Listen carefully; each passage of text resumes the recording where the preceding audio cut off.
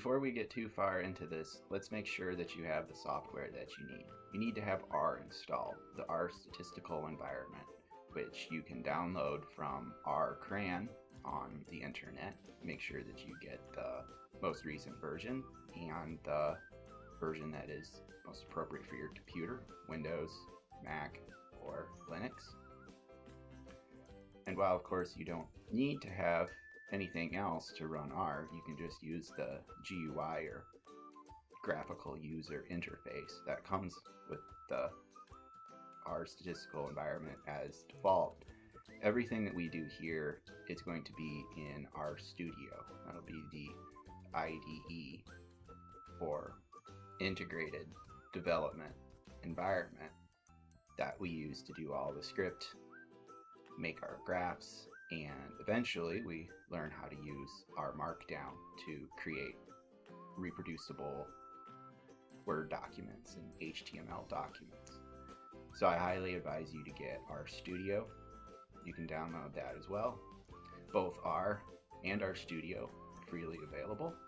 It's one of the advantages of the R system program, and probably why you're here is that these things are both free. So make sure you have those installed, and of course all of the script and data and all the materials for this little adventure are posted on my GitHub page. You can see the intro range R for everything that you need. And now, before we really get into running script or learning how to use R, I'm going to demonstrate some of its capabilities. This is something that we do in my Intro R class on the very first day. Anybody that's had a class with me knows that I'm a big fan of the awkward icebreakers on the first day of class. My preferred torture device being 2 truths and a lie. But in my R programming classes, we fill out a form, a survey beforehand on a Google form that asks the students questions about themselves. And then those data go to a Google Sheet, which we can access instantaneously in class, and we make several graphs and work through the script and demonstrate the capacity of R to make graphs, to even do some mapping, and we do make a word cloud in the end. And all of those things we'll cover in this course and subsequent lessons right here. So with that, let's get started.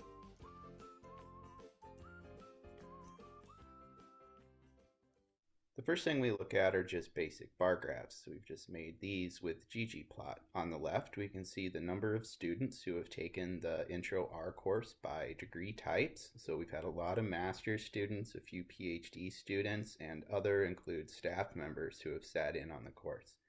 And then we can also look at the students broken down by their programs. We can see that we've had a lot of different programs that have participated in the course. And we see these two data types, degrees and programs, independently of each other and side by side, but we might be interested in knowing how many of each program were in each degree type. That's easy to do in ggplot. We can combine both of these columns of data just using one of the aesthetics in ggplot. And so here we have stacked bar graphs showing for each program the number of people in each degree program. So while we're making a single plot, we can increase the amount of information that is conveyed. An important part of this class is discussing the differences between data and information. This is the same data as in the other slide. The two graphs, though, combine to show the same level of information that's being combined in here. Instead of just a single color of bar, we have multicolored bars that convey additional information. One of the best bar arguments you can start is posing to the table which has greater water content, the term moist or the term damp. You might think that this is pretty basic, but it gets carried away pretty quickly. You can see that over the few times that we've had people filling out this survey, the general consensus is that damp includes more water. So eventually, maybe we can publish this and finally put this question to rest once and for all. R is really powerful for mapping. R can be a very useful GIS. Not only can you map, but you can do a lot of analyses. This map has been made in ggplot. When you think about geographic data simply as another form of X and Y, it really makes sense that we're able to use our powerful graphics capacity to make maps.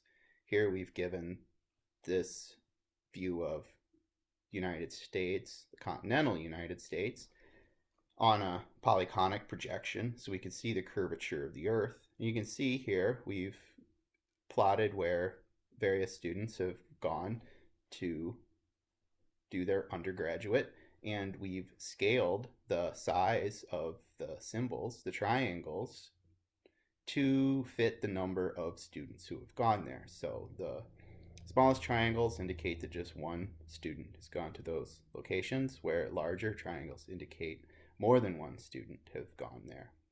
And we see up here near the Arctic Circle that we've had a student who has attended the University of Alaska at Anchorage. So we need to make sure that we're able to include Alaska in our map as well.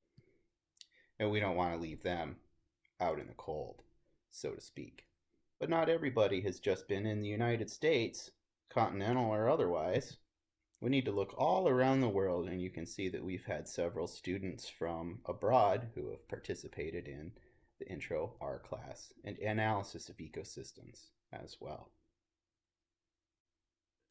The final element of the Get to Know You survey is we prompt students to enter some words that match their relationship with data. And then we use our functions to clean that up and make the classic word cloud. The size of the word scales to the frequency at which people have entered those. And unfortunately, the trends are for students to have a pretty skeptical or even negative relationship. We see complicated being the second most frequent word, up there with frustrating. We see love, hate, unsure,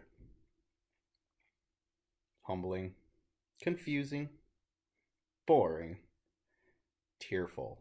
I'm not really sure why this is, but I'm hoping that by picking up some tricks and tools and tips using the R environment, that students' relationship with data can be less bumbling and less of a ride on the struggle bus.